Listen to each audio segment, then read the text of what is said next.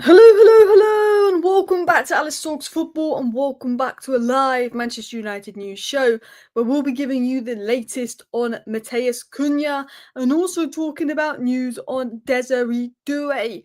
Vivell watching Desiree Doué, scouting Desiree Doué. Manchester United like Desiree Doué, but surely there's just no chance of us getting Desiree Doué. Surely Vivell has lost his mind. Could Ineos be cooking something?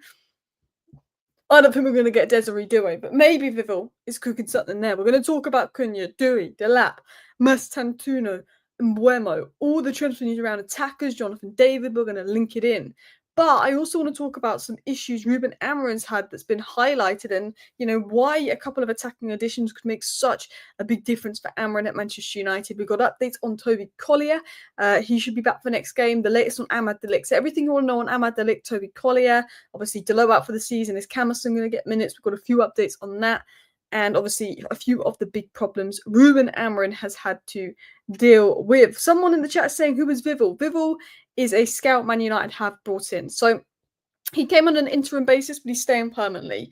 Obviously, Brada came in as CEO, Ashworth came in as sporting director, but now Wilcox is the sporting director, and Vivell was more in recruitment, working with Wilcox. We might be bringing someone else in, I'm not sure, but I think Ineos felt it was overcrowded with Ashworth. So Vivell was responsible for Seka Kona, Diego Leon. Vivell's working on the young French striker Enzo Cannabillak, who we spoke about in my live show yesterday. He actually had a stint at Chelsea. He's worked at the RB clubs, but he's known not really so much for first team recruitment, but youth recruitment. And Desiree Doué is technically a youth player. And I think it is Cunha and Delap. But I think after Cunha and Delap, Man United will focus on sales, sign a midfielder, sign a centre-back. And then depending on who's been sold in that, I think Man United will be looking at the young gems, Mastantuono, Dibbling, Desiree Doué. Can they do something there? I mean, for me, Lamine Yamal, Desiree Doué, they're sort of in that untouchable category. I don't think Desiree Doué is near Lamine Yamal's level yet, but I think they're untouchable. But United are watching Desiree Doué. And I just don't think he's going to leave PSG for Man United, especially 1 year after joining. Maybe PSG have some interest in Rashford. I don't know. But I think it's ridiculous, the Doué news, that we're watching him. That's why I can't believe we're even bothering scouting Doué, because surely we've got no chance of signing him in the summer.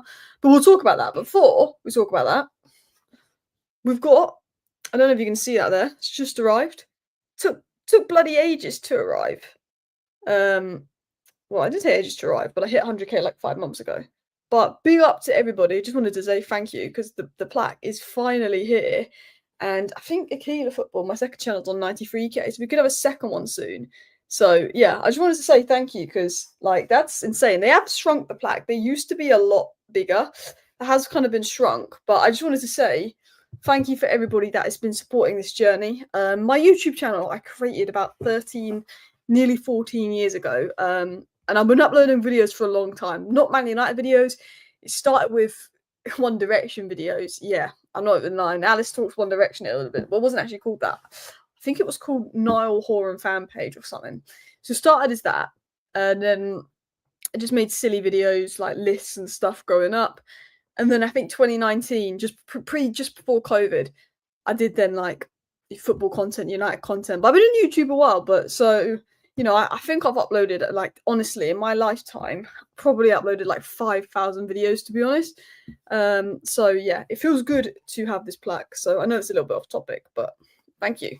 We'll start with the Cunha stories. We'll go into the Desiree Doué stories, which I think is just Vivell losing his mind. But if Ineos, I'm going to say this now, I think we've got no chance of getting Desiree Doué, and I'd be shocked if we get Desiree Doué. But if Ineos sign Desiree Doué this summer, I will shave my eyebrows off. Now, I'm a girl. Yes, you can draw the back on, it's not the same.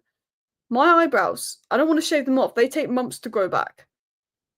But if Man United sign Desiree Doué this summer, because I believe that Ineos will not do that, that's madder than signing Lenny Euro, I will shave the eyebrows off. I don't think it's going to happen. But let's start with the Cunha news. FA Cup predictions. I'm going to go Crystal Palace. I think Crystal Palace... I'm going to go Crystal Palace because they can get into the Europa League as well. Do you know what I'm hoping? Wolves beat City, City bottle Champions League football, Palace win the FA Cup, we win the Europa League, bash, bash, bash. Imagine a situation, I know I'm going really off topic here, when Man United win the Europa League and get Champions League football and City are in the Europa League next season and we're playing in the Champions League. It's not going to happen, but imagine that.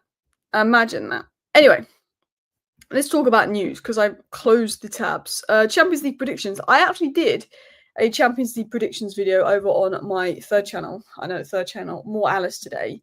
The reason I just created a third channel was just like more opinion content. So this is Man United only. Akila Football's Premier League football, but it's like more analysis based. And then more Alice is more opinion based. So it'll be like lists and just opinions and stuff. And I was talking about my predictions for that game over on more Alice. But we're going to talk about Matheus Cunha to begin with. Big up everybody in the chat. I'm just going to say all the support from you guys is brilliant. Talk about Liverpool winning the league. No, screw Liverpool. I spoke about that on my other channel. I forgot it happened. I'm going to continue forgetting it happened. So yeah. Oh, I'm getting loads of One Direction questions now. Favorite One Direction song? Oh, I liked the one that goes Olivia. That's not like a super well-known song. Nights Changes, I like. There's quite a lot of them I like. Wolves, yeah, I like a lot of them. But yeah, so let's talk about Cunha. But I'm not going to spend more than 3 minutes talking about Cunha, I promise, because we've been talking about him a while. So we like to deep everything that happens online. Sully commented on Matheus Cunha's dad's post, where obviously Cunha's in the picture. So is Andre, actually. I have to say, João Gomez and Andre have been very good since Gary Neal's been sacked. But basically, Sully commented, "Welcome to United," and Cunha's dad liked the comment. Doesn't mean Cunha's coming, but Cunha's aware of the links. Cunha's dad's aware of the links. Everybody's aware of the Cunha to Man United links. And Fabrizio Romano apparently said that the deal for Matheus Cunha to sign for Manchester United will be sealed very soon. So Romano hasn't said here we go, but Romano is now saying Cunha to United will be sealed very soon. So for me, the fact that he's not said Cunha to United possibly will be sealed very soon, Romano, who very rarely gets things wrong, very, very rarely gets things wrong, he's not saying Cunha will likely or Cunha will possibly. He's now saying the deal for Cunha to sign for Manchester United will be sealed very soon. He's saying, it's almost like he's saying it's a matter of when, not if. What I'm getting on Matheus Cunha is a matter of when, not if. Frankie de Jong, we thought we were going to get and we didn't. So we can't get excited until we see the player lifting up the shirt. I feel like that's just part of Man United and what we are. But I get very strong suggestions that it's a matter of if. Sorry, it's a matter of when, not if. I feel like United are like, this deal's going to be done. Just, is it going to be done this week? Is it going to be done next week? You know, I think it's almost the fact that David Ornstein is saying we don't need to sell to buy. The fact that David Ornstein and Romano have confirmed that Cunha has picked Manchester United. Yeah, it tells you everything you need to know. Oh, we've got some strange people in the chat today, haven't we? Oh,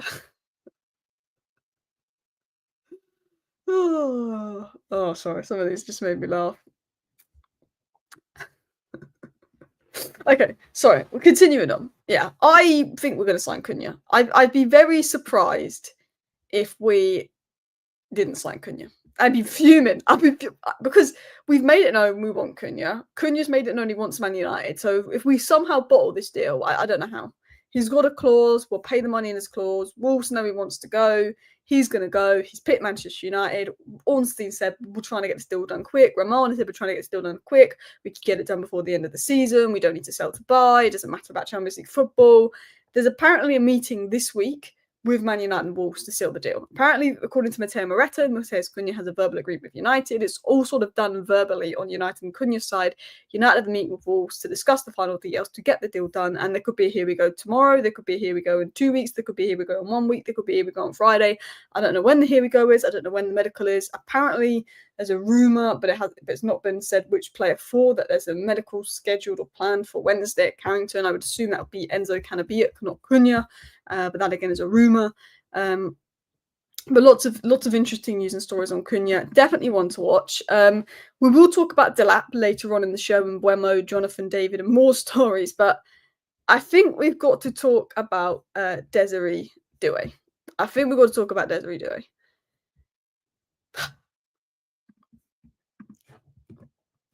Manchester United have scouted Desiree Doué once more as Christopher Vivell collaborators were present during the French champions' recent contest against Nantes and OG Nice. Let's tell you what you need to know in regards to Desiree Doué and Manchester United. Manchester United have been long-term admirers of Desiree Doué. Manchester United looked at Desiree Doué last summer, so did Tottenham Hotspur, and thought about making a move for him. Had we sold Anthony and Sancho and got money for them, and that had happened in June, maybe we could have landed Desiree Doué. Maybe we could have landed Elise. But we didn't prioritise attack in the summer, which we massively are regretting now. And we missed out on Doué, but he was always liked by United and those inside United. Now, for me, is Desiree Doué going to leave Man United for PSG? I very, very highly doubt it. And if he was, I think we're looking at £100 million here. So Man United don't have £100 million, as far as I'm aware. So unless PSG decide they like Garnacho more than Doué, or like Rashford more than Doué, which I don't think they're going to do, I believe it's unlikely. But Vivell is going out there and he's scouting Desiree Doué with his collaborators. Vivell and his team is collectively going out there. They're watching Desiree Doué. They're scouting Desiree Doué. Do they think there's a chance? Maybe. I don't think there's a chance. I don't think we're going to get anything. So I just can't believe we're scouting Doué. I can't believe we're I guess I can believe we're scouting him, but I just don't think there's any chance that we're going to get him. So I just can't really believe what Vivell's trying to do. You know, if Vivell brings a Desiree Doué, I'll be amazed. But I can't believe that he's really trying to go and get Desiree Doué. I can't believe it because I just think there's no chance. I mean, I thought there was no chance with Euro when Real Madrid and Liverpool were interested and we got him. But no, I just think there's just zero chance with Desiree Doué. And also I don't rate Cunha. I think he links us to a lot of players. And I think he's one of those where he just likes to write a story on Man United for clicks. So I can't trust his information. It's not like Ornstein said at Romana said it's not come from the best source of information, but good sources of information have confirmed United do like Desiree Doué. But of course United are going to like Desiree Doué. Of course United are going to like Lamine Yamal. And reliable journalists, I'm pretty sure, would say Man United would love Lamine Yamal, but United aren't going to waste time on it because they've got no chance of signing him. I'm sure that the same would be said about Doué. I bet Ineos and I bet Man United are massive fans of Lamine Yamal. I bet they're massive fans of Pedri. I bet they're massive fans of Desiree Doué. I bet they're massive fans of Bukayo Saka. I bet they're massive fans of Kylian Mbappe. But we're not going to sign any of those players, in my opinion. So if we are scouting Doué and because we're scouting him, maybe Vivell's got plans to make a move for him. I mean, never say never. You know, nothing's 100% no. But I just don't believe there's any chance. We can dream. We can dream. I believe in Vivell. He has talent. Vivell was probably scouting someone else. Do you know what? I wouldn't be shocked. I wouldn't be shocked if he was in France scouting other people and people just assumed it was because of Doué. But he was at 2 PSG games. You know, we made a move for Nuno Mendes. He signed a new deal. Could it be Hakimi? The thing is, I don't know if we get anyone from PSG. I'd like Kvaratskhelia. I'd like Hakimi. I'd like Nuno Mendes. I'd like Jhon Neves. I'd like Desiree Doué. I don't think we're going to get any of them. And the only thing I can think of is if PSG are seriously interested in Rashford, which surprises me because they've got enough left wingers and they need a striker. If PSG are seriously interested in Rashford and United are trying to involve someone in the deal, like that's the only thing I can think of as well. Scouts at games are like looking for signings, but media decide who United are looking at for without asking the scouts, and that wouldn't surprise me. We're at a PSG game, we're looking at somebody at PSG, the media's decided to Doué. I'm sure they'll be making notes about Doué, but yeah. This is why we should buy players like Matheus Cunha, not a lot of money, but world-class potential. This is my stance on the summer. Get Cunha done, get Delap done, push for Jonathan David because he's available on a free, if you can get him. Sell. Go and sign a midfielder that's good at progressing the ball. Bring in a centre back for depth, can be 15 million or less. If you sell Onana, bring in a goalkeeper. But potentially we go for a third attacker. Because a third attacker also gives us the option to play Ahmad right wing back. I say go for Matheus Cunha, but if you can't get him, go for Mbeumo. I know Mbeumo's not young, but go for a Matheus Cunha. Cunha, Delap. For me, you can get Cunha, Delap, Jonathan David, Matheus Cunha would be the fantastic attack. We're not going to hit all 4 of them, but that's the way I look at it. Get the 2 key players in, sell, get the centre mid in, get a cheap centre back in that can defend wide channels, sell again, see who you need to buy, maybe bring in a third attacker, because Mastantuono could be the next Desiree Doué, could be the next Lamine Yamal. He's not, we missed out on Julian Alvarez. We've missed out on Moises Caicedo. Yes, there's a big release clause there, but Chelsea have gone and done it with Esteval, who's, and he's the second best talent after Esteval in South America. I don't know loads about Mastantuono. I saw his free kick. I saw his goal the other day. Fantastic. But I just say go for it. Would you look at Belieber? Yeah, I like Belieber. I think he's a little overrated because he's a little rash and he makes mistakes, but I like him and he would work and he would improve our team, yes. Mastantuono is a big gamble. If it was £25 million, I'd do it. But because he's £37 million, it does feel like a risk. I don't really want to spend more than £25 million.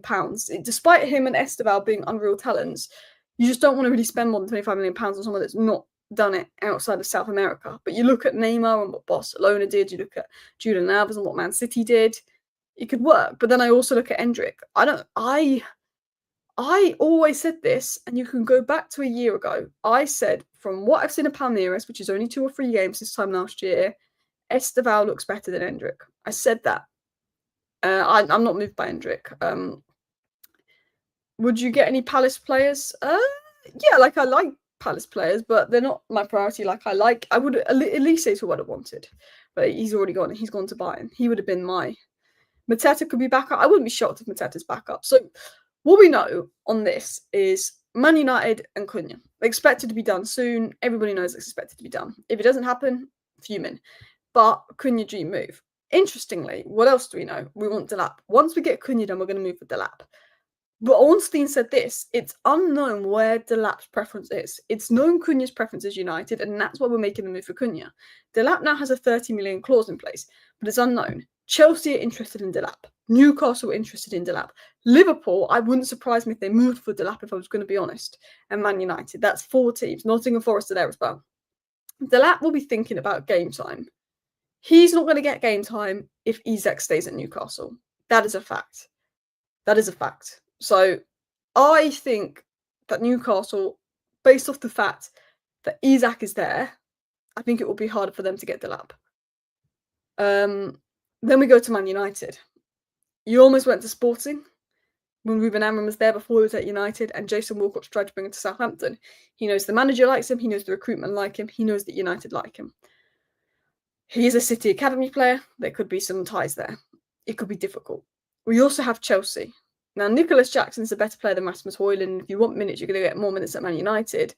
But he may see Chelsea as a more stable environment. Even though it's not that much more stable, he may see it as a more stable environment.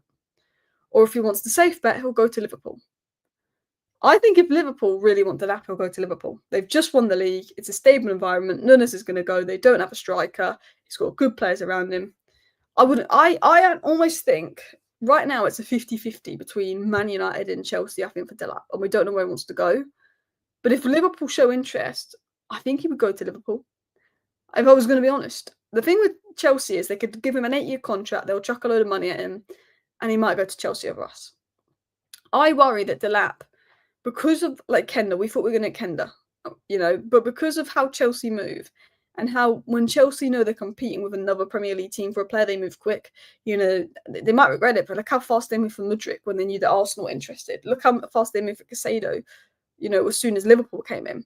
Look at how in the past Chelsea will just move for a player. If they find out a Premier League team's interested in a player, they'll move, like they did with Kenda.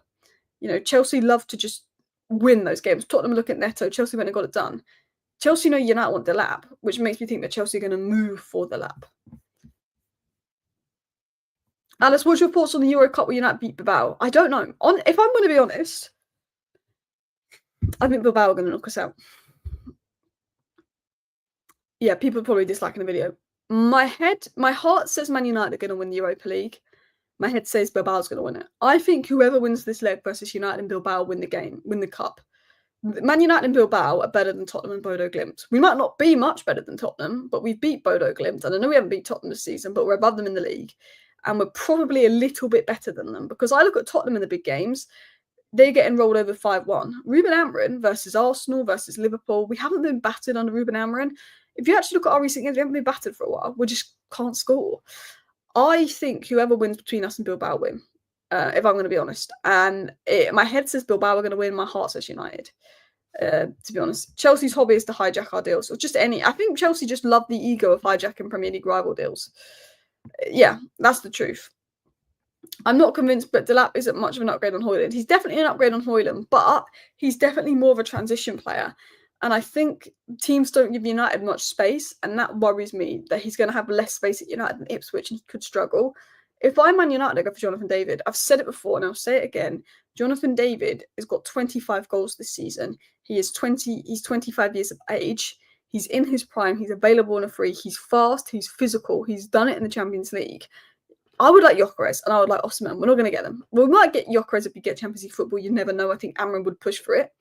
But I don't know why we're not jumping at Jonathan David. Maybe we're confident we're going to get Delap. I think if we fail to get Delap, we'll go for David. But I think Barcelona are going to get David because of Lewandowski ageing and he's a Barcelona fan. So I don't know if we get him. He's available on a free. It's going to be a lot of interest, but I'm surprised. Maybe we have confidence that we're going to get Delap. Delap is our first choice, and maybe we have confidence we're going to get Delap. But I would keep an eye on Jonathan David if I was United. Wolves battered you. We outplayed Wolves. We deserved to win that game, and we gave away a stupid free kick because Eriksen's washed, and Sarabia scored a beautiful free kick, and that was the only thing they did all game. So Wolves didn't batter us. We lost 1-0 to Wolves because Wolves was so lucky. You know, we arguably, like, I'll show you this. Newcastle battered us. But other than that, and we put a rotated lineup out. We put a rotated lineup versus Wolves. Look at this. We've conceded 2 shots on target in the last 2 games, which is quite good. But the only trouble is they've both gone in. Versus Nottingham Forest, we did enough to win that game. Versus Bournemouth, we did enough to win that game. Versus Manchester City, we did enough to win that game. And versus Wolves, we did enough to win that game. Had we had Mbeumo, Amad, Cunha as our front line, and I know that doesn't actually work balance-wise, we win those games. We're not clinical. We don't create loads of chances, but when we do, we miss them. We should have scored 2 goals versus Forest. We should have scored 2 goals versus Bournemouth. We could have scored a goal versus Manchester City, and we should have scored 2 goals versus Wolves, and Wolves were incredibly lucky to score. So you can say what you want, but other than Newcastle, we haven't been battered for a while by anybody. We haven't. And I think in the Europa League, the players care more. They're trying more.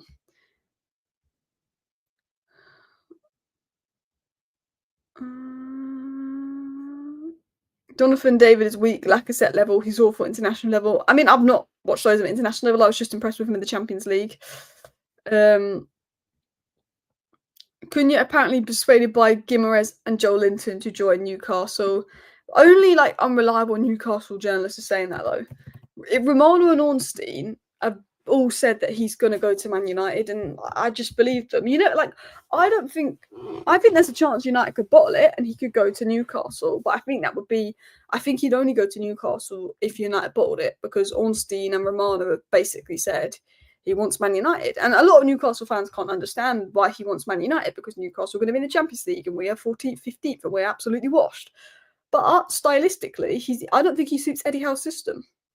I don't think Matheus Cunha suits Eddie Howe's system. He's not a workhorse that likes to hold the touchline at left wing, and he's not going to be happy being back up to Isak at striker. Matheus Cunha likes to play either just behind the striker or to the left, but not left winger. Eddie Howe likes left wingers that are out wide, that press high, that have work rate. That's not Cunha. So he's not going to play on the wing, and he doesn't like playing on the right. So up top, he's competing with Isak. He's not going to be Isak. As good as Cunha is, he's not going to be Isak. He's a good alternative for Isak. That's great depth. The only way Cunha, for me, works is if you play him as a 10 and you play Guimaraes and Tonali behind and Joe Linton's on the bench, which could work very well. But I think stylistically, he suits Man United a lot more than Newcastle. And Mbeumo, I think, is perfect for Newcastle. He can play right wing, give Jacob Murphy competition, and he can be back up to Isak. So if Isak's injured, Murphy's on the right. He's been very good. He can keep his place. And Mbeumo's central. Gordon and Barnes are on the left. I think Mbeumo stylistically fits Newcastle so well, the pressing, the energy. And I think that Cunha fits Man United. So on paper, right now, if you're a player and you're thinking of career, you'd probably go Newcastle over United. There's more stability. You get to work with Eddie Howe. They're building something. They've got a great attack. But if you're Cunha and you look at you support Man United, but you actually look at your role in the system, I understand why Cunha picked Man United over Newcastle, because Ruben Amorim plays with 10s that are ball carriers and they're in the left half space pocket. That's what Cunha does at Wolves. That's Cunha's best role at Wolves. Cunha's position at Wolves, where he's been so good this season, is exactly the same at Man United. He'd be asked to do something different at other clubs. Arsenal, he'd be asked to do something different.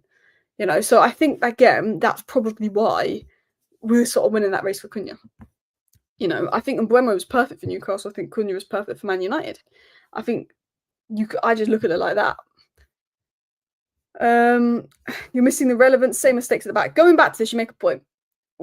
We can say it's just on the attack. You can say it's just on the attack, not scoring these goals. Could have got draws, could have got wins. We could have if we had a better player, we'd be 8th.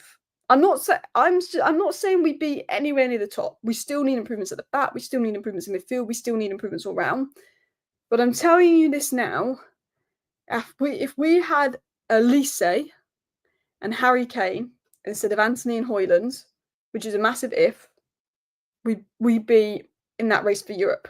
We wouldn't be anywhere near the top 3, but we'd be in that race for Europe because we still need to do improvements to midfield and defence. But I think we wouldn't be anywhere as bad as we are now. I don't think we'd win the league with those two.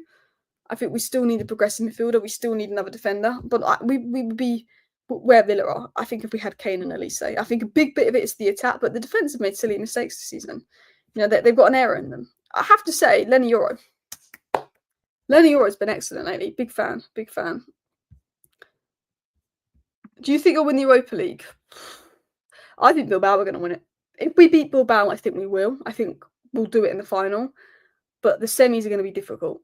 I think my heart says Man United, my head says Bilbao, because the final's in Bilbao, to be honest.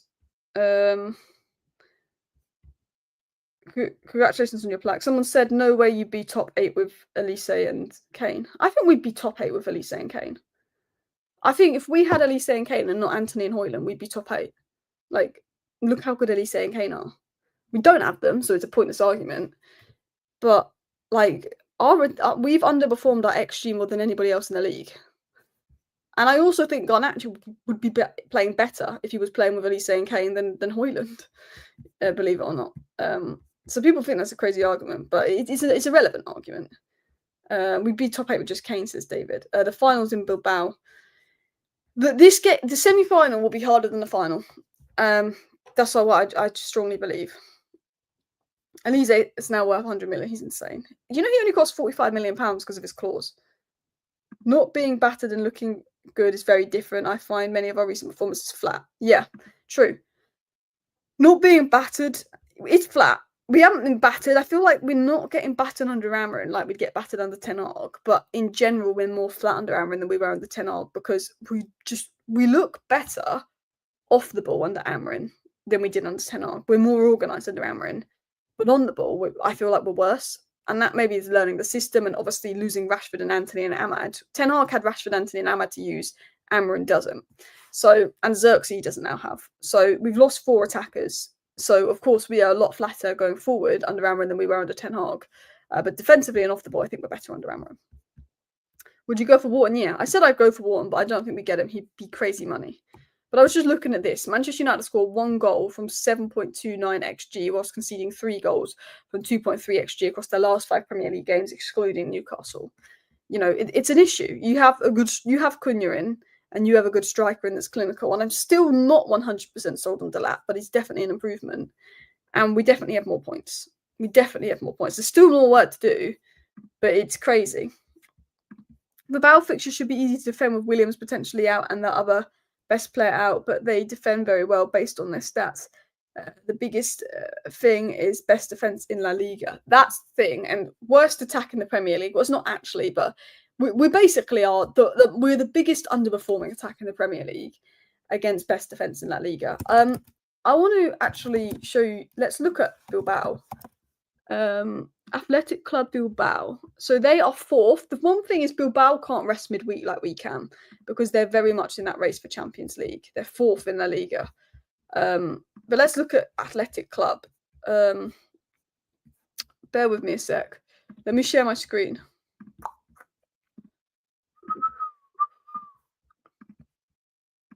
Right, can you see that? You can. Good. Okay, so this is SofaScore.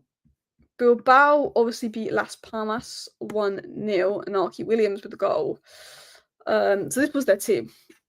So they had out Nico Williams, but I believe did they have another key player potentially out? Who was the other player that's out for Bilbao? Oh, there's someone else that was quite good out, don't they? What's his name? You're gonna have to tell me in the chat because my mind's gone blank. Like right now, it only says Nico Williams is out for them. Whereas if you go to Manchester United, when we look at our recent fixtures, you can see we've got a lot of people out. So we've got out Martinez, Xerxes, Ahmad, Heaven, Delict, Collier, Doue.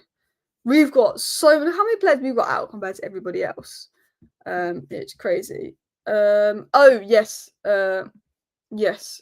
Oh, not him. Sanchez got a knock. Do you think he'll be out? I don't know if he'll be out. It doesn't look like he's out, but he's got 15 goals this season. No him and no Nico Williams. There's an update on him. The Mirror have just posted an update actually on this. Let me read this. It could be clickbait. Athletic attacking midfielder has picked up an injury. The goal scorer has been ruled out of this week's semi-final first leg clash. So he's been ruled out of the first leg, but he could be back in the second leg, like Ahmad. So he was forced off versus Las Palmas after 22 minutes. So there we go. So yeah, they've got their top scorer out, which could be both. So at least it's the first leg. We just need one of their centre backs to. Yeah, I don't wish injuring any player, but if Villarreal could pick up, not Villarreal, if Athletic Bilbao could pick up a few injuries just for the next 2-3 games, and then you can all be fit again, it would do us a favour. In other news, Marcus Rashford is expected to miss the rest of the season with Aston Villa for a hamstring injury. Gutting for Rashford because obviously he just wants to play football and increase his chances of getting a move. I think he's been good enough at Villa for clubs to go and make an offer for Marcus Rashford in the summer. I think Marcus Rashford for £40 million is a very good deal out there, and it's a very good opportunity. So I think people will go in for Rashford, but the more we played, the more he increased his value. It just makes it a bit more difficult to sell him, and then also is a big blow in Villa's race for Champions League football. So it's a shame that Marcus Rashford's out for the rest of the season. I mean, he could be back for their second last game, but it's doubtful. Xerxes is expected to be out for the rest of the season, same with Doue. But if we make the Europa League final, they could make a return. Ahmad isn't expected to be back for the first leg, but could be back for the second leg, by the way. I also got updates that Toby Collier could be back soon. He could return this week. And Amarim is going to rotate a fair bit versus Brentford. We could see youngsters getting minutes. Delict and Ahmad could be back for the second leg, but probably not in time for the first leg. Anyway, someone's what we've been sent? What? Any updates on Enzo Cannabijek? Nothing big, nothing super interesting. But listen, people, thank you for watching today's video. See you next time. Bye.